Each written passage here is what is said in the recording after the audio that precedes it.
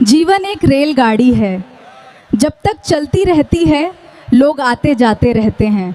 कभी तेज़ चलती है, कभी धीमी चलती है, कभी स्टेशन पे रुकती है, कुछ नए लोग आते हैं, कुछ पुराने लोग आते हैं, पर सफ़र चलता रहता है।